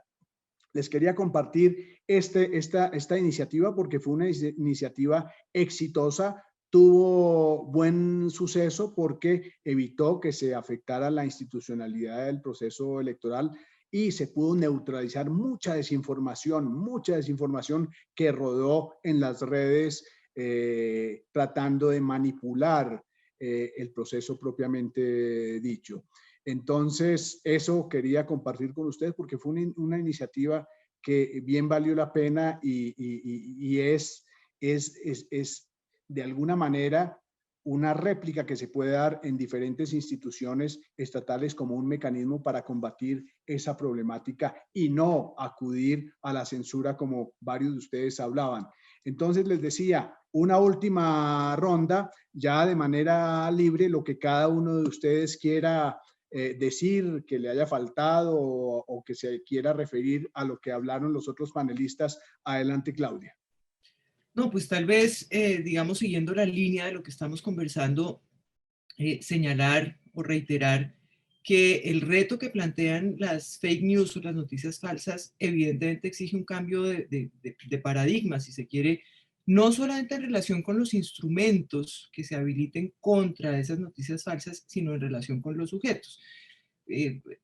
Para segmentar las dos cosas, yo diría, en lo que se refiere a los instrumentos, la tarea de verificación a la que se refería ahora Juan y que reiteraste tú ahora, Juan Carlos, en la tarea que hizo la registraduría en ese momento, digamos que es fundamental, es el elemento clave en la labor periodística, es decir, esto exige una colaboración que preste los periodistas, los medios de comunicación reconocidos, rigurosos en su labor periodística, pero también hablando de redes sociales y de Internet, me parece que es muy interesante pensar en una colaboración que presten las empresas tecnológicas buscando la verdad a través de los filtros que ellas mismas tienen sobre la base de la transparencia. Y aquí, digamos, el temor es que estos algoritmos con los que trabajan estos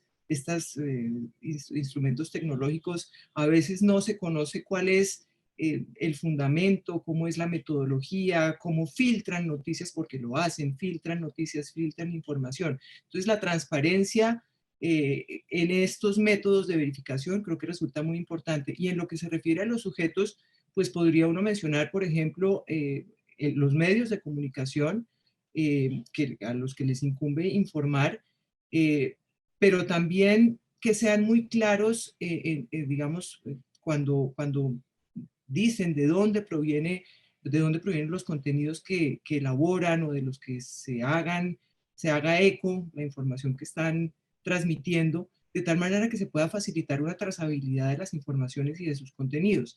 En cuanto a los poderes públicos, yo sigo pensando que una intromisión a través de regulación por parte del Estado, regulación propiamente tal, es inapropiada por el riesgo de censura, pero lo que sí pueden hacer los poderes públicos de manera muy amplia y con un gran impacto son campañas de alfabetización mediática y campañas de alfabetización digital para combatir y para enseñarle a los usuarios de estas plataformas tecnológicas cómo detectar también y en qué confiar, incluso llegando a poner, mire, esta noticia que se está transmitiendo a través de esta red social no es confiable, sin necesidad de cercenarla, sin necesidad de quitarle, pero sí poniéndole un aviso respecto de la confiabilidad que tiene esa información. Y por otro lado, las empresas que distribuyen los contenidos tienen que ser consideradas como unas empresas informativas. Hace algún tiempo, tal vez fue Facebook la que dijo, yo no soy un medio de comunicación, no soy un medio de información, se negó a considerarse como tal, pero realmente lo que está pasando con estas redes sociales es que se convierten en unos medios de información. Entonces, calificarlos como tal me parece que es adecuado porque deben someterse a las mismas limitaciones que se tienen cuando se habla de la libertad de expresión y por lo tanto pues, deben estar sometidas al mismo rasero que los medios de comunicación común y corrientes. Mil gracias, Claudia. Daniel.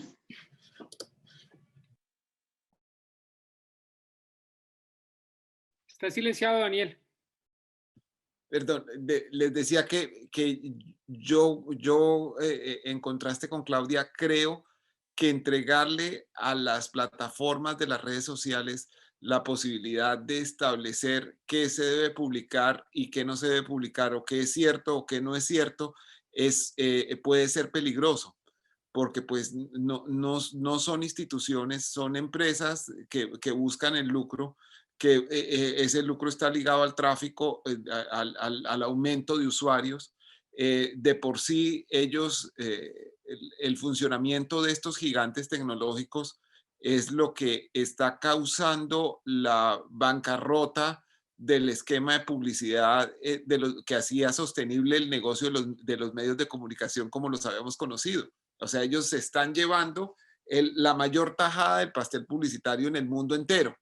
Y eso hace que la sostenibilidad del negocio que hacía posible informar y entretener desde los medios de comunicación, pues esté retada en todas partes del mundo.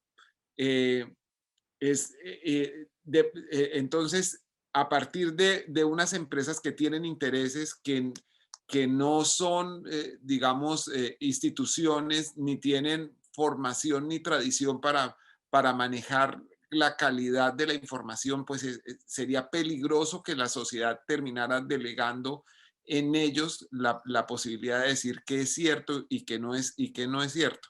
Daniel, una interpelación, si me permites, chiquita. Claro que sí, sí, señor. No, yo no estoy diciendo que sean las redes y las plataformas tecnológicas las que tengan que tener a las que se les entregue esa responsabilidad. Yo estoy de acuerdo. No tienen la forma, los medios, ni son para eso. Digamos, ellos utilizan esos algoritmos que son una cosa de ingeniería tecnológica, etcétera, que no tienen criterio para determinar qué es falso y qué no. Lo que quiero decir es que sí deberíamos poderlas volver aliados en esa búsqueda de información falsa. ¿Y aliados de quién? De las sociedades, de los medios de comunicación y de los periodistas que tienen esa capacidad, esa formación y ese criterio para poderlo hacer. Pero obviamente las redes sociales no tienen cómo decir que es falso y que no, y además se corre el riesgo de que ellos digamos, como negocio también tengan un sesgo y puedan hacer otro tipo de piruetas allí.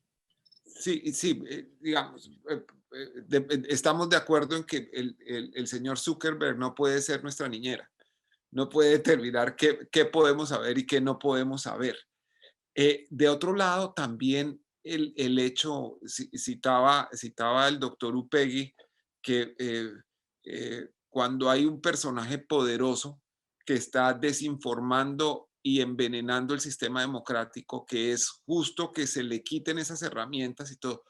Ahí yo tiendo a pensar como él en un momento y tiendo a pensar lo contrario en otros momentos, porque creo que siempre y cuando se preserve la vida como valor superior, la sociedad debe ser tolerante a cualquier tipo de expresión, incluso a las expresiones sectarias y estúpidas, y cualquier tipo de expresión.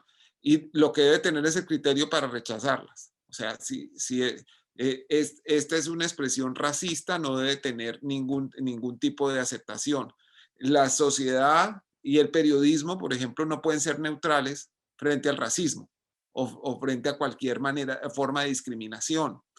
Todo eso está más relacionado con el esfuerzo por cimentar una cultura de crítica entre los ciudadanos, para que sepan diferenciar lo uno de lo otro, y que debería aprenderse casi al mismo tiempo que se aprende a leer. Y creo que quizás las nuevas generaciones van a estar mejor preparadas que las actuales para hacerlo. En todo caso, creo que el mayor esfuerzo que se debe hacer es la capacitación de la gente para leer críticamente lo que viene en las diferentes fuentes de información, en los medios convencionales también y en las redes sociales, que puedan diferenciar lo que está, quién lo está diciendo y para qué lo está diciendo. Muchas gracias, Daniel. Juan Carlos, adelante. Gracias. Yo quiero insistir en la tesis que intenté defender en mi intervención, y es una lectura política constitucional del tema. Y yo también comparto la sensación de Daniel de estar de acuerdo durante el día, pero no muy de acuerdo durante la noche, si la decisión de bloquear a un personaje poderoso que está intoxicando el sistema democrático y causando la muerte de personas es una buena decisión o no.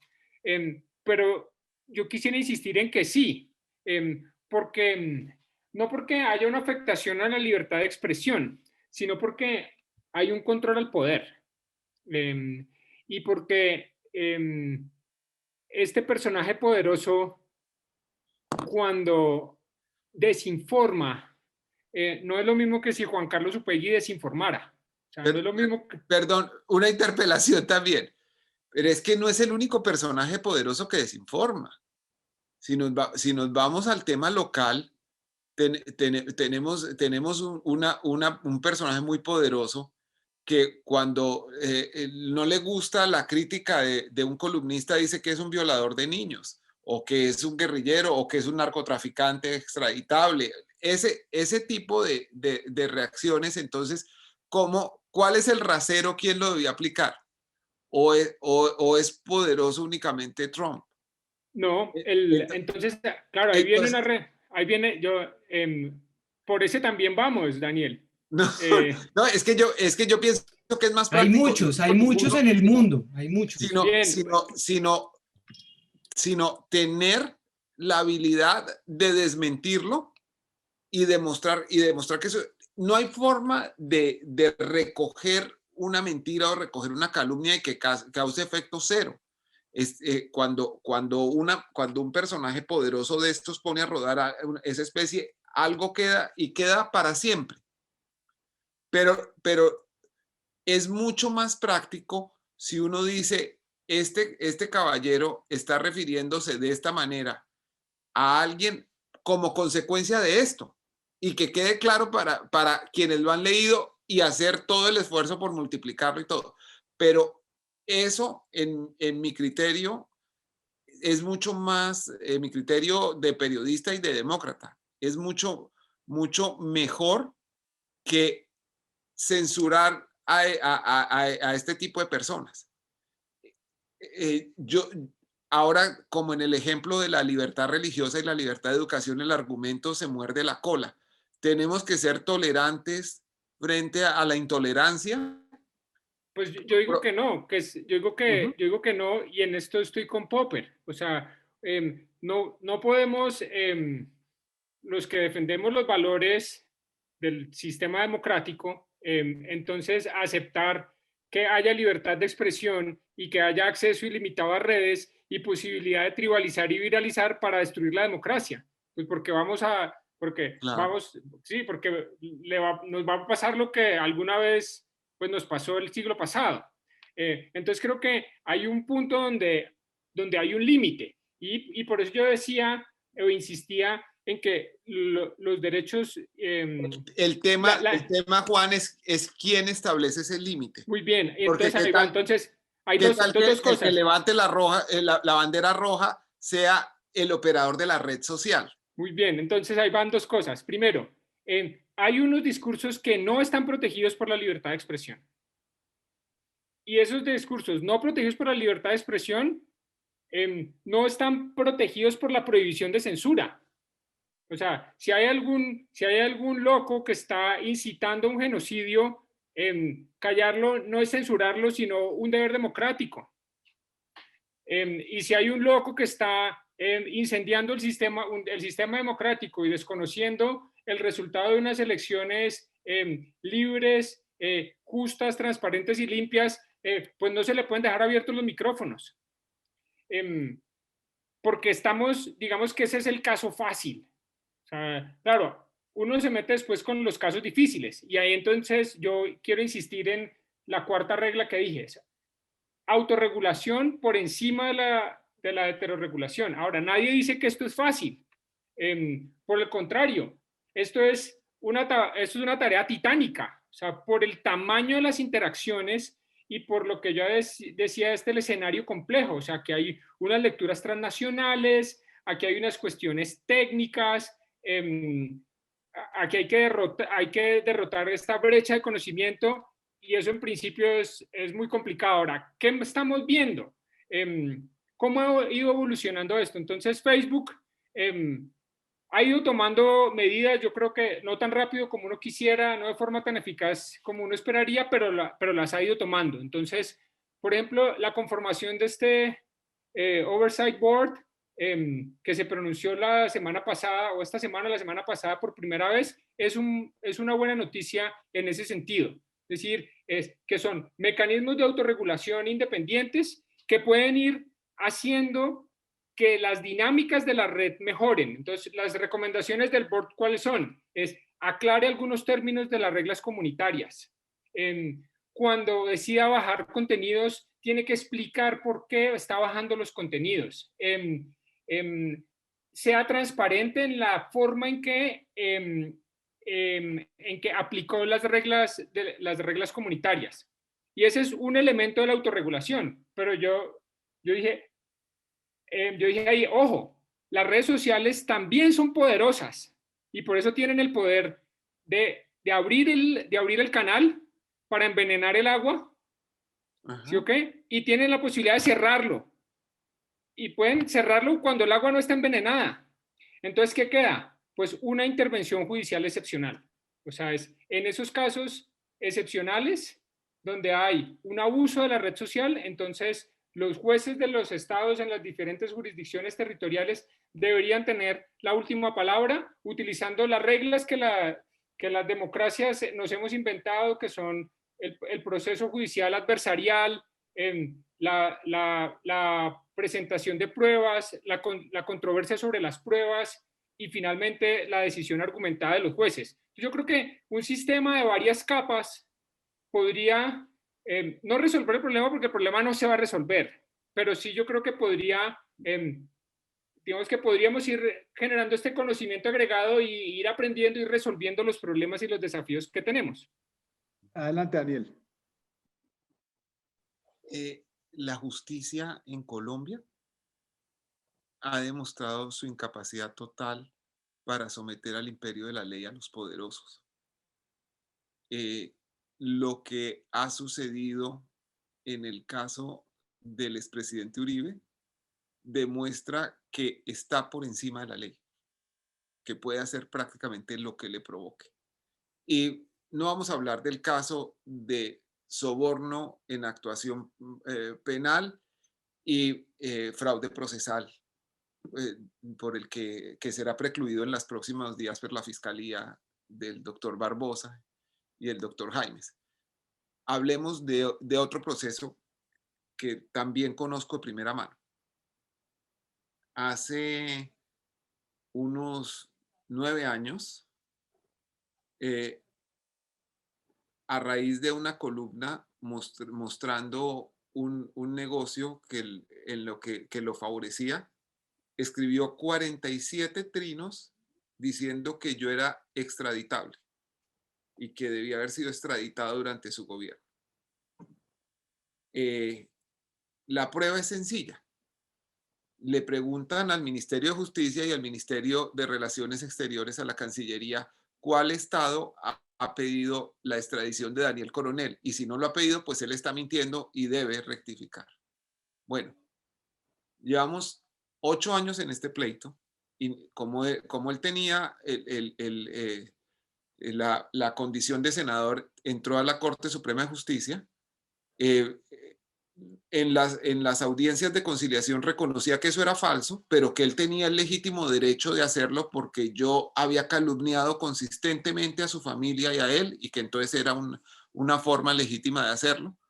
Y el proceso iba ganando polvo hasta ahora que la Corte Suprema de Justicia lo citó a indagatoria y le declaró una detención domiciliaria por el otro proceso. Entonces él renunció a su investidura, como ustedes saben, huyendo a la justicia para cambiar de jurisdicción.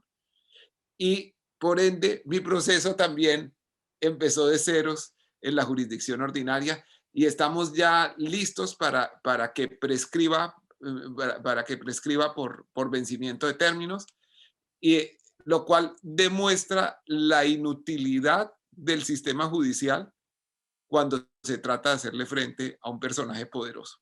Me da vergüenza citar el ejemplo de un caso personal, pero es que es el que mejor conozco.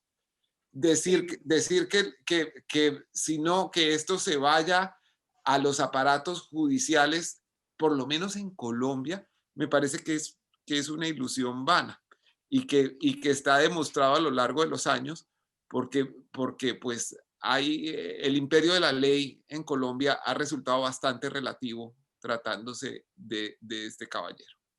Qué pena con ustedes. El tema está absolutamente apasionante, como lo ven. Además, vamos avanzando y se generan nuevas inquietudes, mayores temáticas para seguir haciendo. Tendremos un tercer foro en el mes de abril para culminar este ciclo de fake news y posverdad, pero en aras de la equidad, le daríamos la palabra para su última intervención a Juan Lozano. Muchas Adelante, gracias. Juan. Muchas gracias, Juan Carlos. Yo quiero referirme a un tema que mencionaron que es muy importante para el futuro de los medios y para el futuro de la circulación de la información y del combate contra las fake news y las mentiras. Hacer buen periodismo es costoso. Es costoso. Toca tener periodistas de buena condición, toca pagar unos salarios que les permitan vivir con dignidad, montar una buena redacción, montar una unidad investigativa, producir información confiable y de buena calidad vale dinero. El modelo reciente, como lo dijeron con absoluta claridad, no remunera adecuadamente el esfuerzo de los medios cuando su material se usa y el medio después no recibe nada.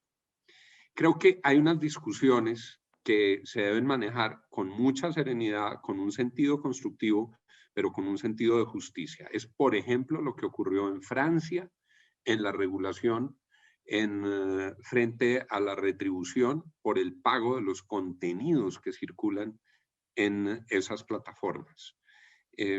Cualquiera de nosotros que hemos estado en los medios sabemos que poner una nota de 1 minuto al aire en televisión vale una fortuna. Y no es justo que esa remuneración no corresponda con el esfuerzo, porque entre otras no se puede hacer. La tragedia de los medios en muchas partes del mundo y en Colombia también es que han tenido que despedir periodistas porque no tienen con qué pagarles. Entonces, yo sí creo que el tema de la remuneración del trabajo de los medios es un tema para enfrentar las fake news que hay que abordar. cuando las mentiras son de bulto y protuberante, es relativamente sencillo demostrarlo. Pero es que hay unas fake news que tienen una trama mucho más compleja, que requieren unidades investigativas, que requieren periodistas. Entonces, yo dejo sobre la mesa para reflexiones futuras. Nosotros tenemos que volver a revisar la relación entre quienes producen la información y los contenidos y quienes se lucran de esos contenidos sin haber puesto un solo peso para su producción. Creo que ese es un tema medular para el futuro de la información en el planeta Tierra. Y por lo pronto, las soluciones no han sido equitativas, porque creo que está a la vista lo que está ocurriendo con la crisis de muchos medios.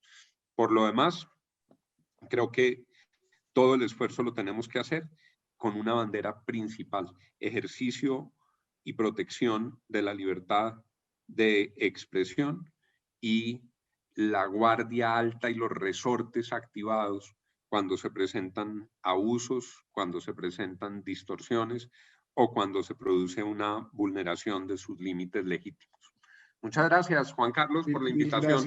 Mil gracias, Juan. Gracias. No, como ustedes ven, estamos pasados casi media hora de nuestro horario. Sin embargo, la temática y la discusión y las exposiciones fueron tan interesantes que se nos pasó el tiempo muy rápidamente. De todas maneras, les decía, tendremos una tercera versión del foro Fake News y Posverdad, en el cual trataremos los temas que quedaron aquí en el aire. Tendremos otros invitados y queremos desde ya, bueno, quiero agradecerles a Claudia, a Daniel, a Juan Carlos y a Juan y a todos los asistentes a este foro por su asistencia, por su participación. Fue muy ilustrativa, muy interesante y queremos decirles a todos que aprovechamos el momento para indicarlos que nos sigan en nuestras redes sociales. Fundación Colombia 2050, estamos trabajando por el fortalecimiento de la democracia, por despertar los liderazgos en los jóvenes para que participen adecuadamente en nuestras instituciones, nos ayuden a seguir trabajando en tener una mejor sociedad, un mejor sistema político. Así que mil y mil gracias a todos. Les agradecemos nuevamente su presencia, su participación. Les deseamos una feliz tarde y este foro quedará colgado en nuestra página web www.fundacioncolombia2050.org. Mil y mil gracias a todos. Una feliz tarde. Que tengan un muy buen resto de semana y esperamos vernos próximamente. Mil gracias. Muchas gracias, Juan Carlos. Muchas gracias. Que les vaya muy bien. Chao. Gracias, Saludos. Juan. Gracias, Muchas Claudia. gracias. Gracias, Daniel. Muchísimas Saludos. gracias. Saludos, Claudia. Saludos, Daniel. Gracias, Juan lo Carlos. mismo. Hasta luego, Juan, Daniel, Hasta luego. Juan Carlos, Claudia. Chao, chao. Chao a todos.